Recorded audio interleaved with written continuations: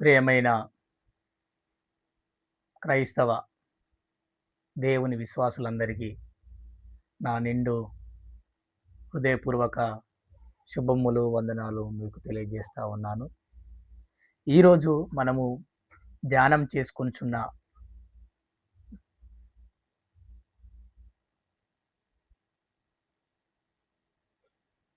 నేటి వాక్యము దావీదు రాసిన 23వ కీర్తన మనము ధ్యానించుకుందాము.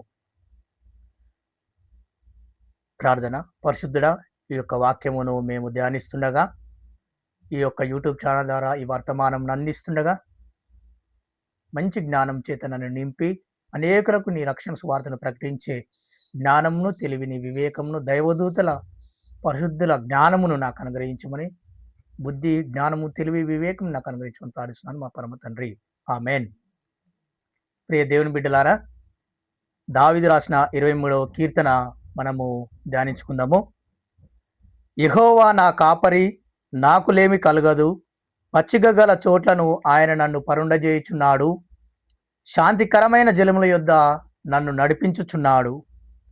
నా ప్రాణమునకు ఆయన సేద తీర్చుచున్నాడు. తన నామమును బట్టి నీతి మార్గములలో నన్ను నడిపించుచున్నాడు. గాఢాంధకారపు లోయలో నేను సంచరించినను ఏ అపాయమునకు నేను భయపడను. నీవు నాకు తోడయ్యుందువు. నీ దుడ్డుకరయుని దండమును నన్ను ఆదరించును. నా శత్రువుల ఎదుట నీవు నాకు భోజనము సిద్ధపరచుదువు. నూనెతో నా తలంటి ఉన్నావు. నా గిన్నె నిండి పొర్లుచున్నది. నేను బ్రతుకు దినములన్నీయు కృపాక్షేమములే నా వెంట వచ్చును. చిరకాలం యెహోవా మందిరములో నేను నివాసం చేసేదను. ప్రియ దేవుని బిడ్డలారా, యెహోవా నా కాపరి. దేవుడు మనకు కాపరిగా ఉంటే మన జీవితంలో లేమి అనేదే ఉండదని పరిశుద్ధ దావీదు మహారాజు మనకి ఈ వాక్యం ద్వారా తెలియజేస్తున్నాడు.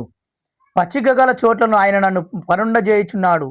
దావీదు యెహోవా నా కాపరి అంటే దేవుణ్ణి నమ్ముకుని ఆయన అడుగుజాడలో నడిచినప్పుడు ఆయనను, దావీదు మహారాజును ఏ విధంగా ఉంచిండట? పచ్చిగగల చోట్లను ఆయన నన్ను పరుండజేయుచున్నాడు. శాంతికరమైన జలముల యొద్ద నన్ను నడిపించుచున్నాడు. నా ప్రాణమునకు ఆయన సేద తీర్చుచున్నాడు. తన నామమును బట్టి నీతి మార్గములలో నన్ను నడిపించుచున్నాడు. గాఢాంధకారపు లోయలో నేను సంచరించినను.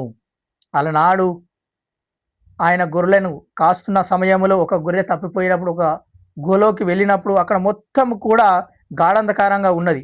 ఆ గాఢాంధకారపు లోయలో ఆయన వెళ్ళి ఆ గొర్రెను రక్షించడానికి వెళ్ళినప్పుడు ఆయన ప్రార్థించుకొని, దేవుణ్ణి ప్రార్థన చేసుకొని ఆ యొక్క వెతకడానికి వెళ్ళినప్పుడు ఆయన ఈ వాక్యాన్ని తెలియజేస్తున్నాడు. గాఢాంధకారపు లోయలో నేను సంచరించినను ఏ అపాయం నాకు భయపడను. నీవు నాకు తోడయ్యుందువు.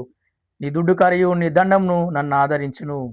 ఆయనకు ఆ చీకటిలో వెతకడానికి వెళ్ళినప్పుడు దేవుడు ఆ బిడ్డకు తోడై ఉన్నాడని చెప్పి వాక్యం ద్వారా తెలియజేస్తున్నాడు. అదేవిధంగా శత్రువులు ఎదుట నీవు నాకు భోజనం సిద్ధపరచుదువు.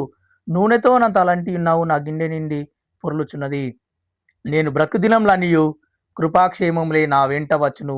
చిరకాలం యెహోవా మందిరములో నేను నివాసం చేసేదనని ఈ వాక్యం ద్వారా మనకు దావీదు మహారాజు తెలియజేస్తా ఉన్నాడు. ప్రియ దేవుని బిడ్డలారా, మనం అందరం కూడా యెహోవా నా కాపరి, నాకు లేమి కలగదు అంటే దేవుని మనం విశ్వసించి దేవుని అడుగుజాడల్లో నడిచినట్లయితే మనకు దేవుడే మనకు కాపరి అయి ఉంటాడని యొక్క పరిశుద్ధ వాక్యం మనకు తెలియజేస్తా ఉన్నది.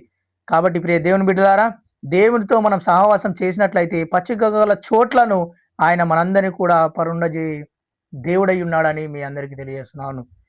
ప్రియ దేవుని బిడ్డలారా, మనం అందరం కూడా ఈ లోకంలో ఉన్నన్ని దినాలు ప్రభు యేసుక్రీస్తును విశ్వసించి ఆయనను నోటితో ఒప్పుకొని హృదయమందు విశ్వసించినట్లయితే మనం అందరం కూడా దేవుని రక్షణలో ఉంటామని మీ అందరికీ వాక్యం ద్వారా తెలియజేస్తున్నాను.